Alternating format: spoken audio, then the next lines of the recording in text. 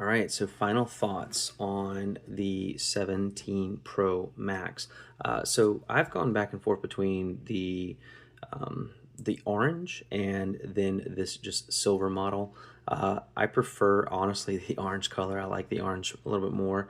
I thought initially that it was going to be something that would be kind of difficult to accessorize things with, which it is specifically for me, but I just like that color. Ultimately, I went back to the silver model, and key reason primarily is because that anodized aluminum, even on with a case, if you have like a piece of sand or something that actually gets into that case and you scratch that aluminum, eventually what happens is it's going to scratch that color off and it's going to go back to the silver color. So on this, you are significantly less prone to showing any kind of scratching on the aluminum.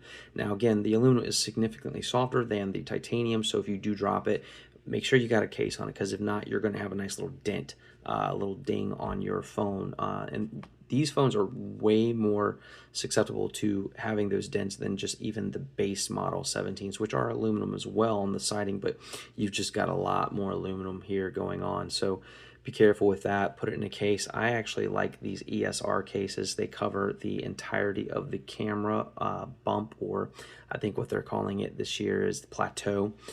So that's entirely covered. Everything works really well, feels really nice. It's good grip. I like it. It's good.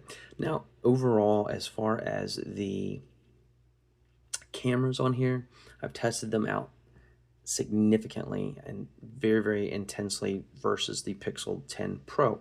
The Pixel 10 Pro, in my opinion, takes better maybe zoom photos and better front-facing camera photos. It's just more consistent, specifically in low light settings. That said, however, in ideal light scenarios, because this is taking standard 24 megapixel photos, when you're cropping in, it just looks really good. One thing that I've noticed too with the iPhones, you tend to have more contrast, a little bit more of an orangey tint, but it does actually make it look like you have some color, versus the Pixel tends to be a little bit more on the white balance, a little bit more grays, a little bit less lively unless that sun's directly on you. The Pixel is more accurate. However, I've noticed that with the Pixel photos side by side with the iPhone 17 Pro photos and the iPhone 17 Pro, photos, is that Pixel tends to sharpen to give you more detail. The problem with sharpening photos is you can't take away that aspect.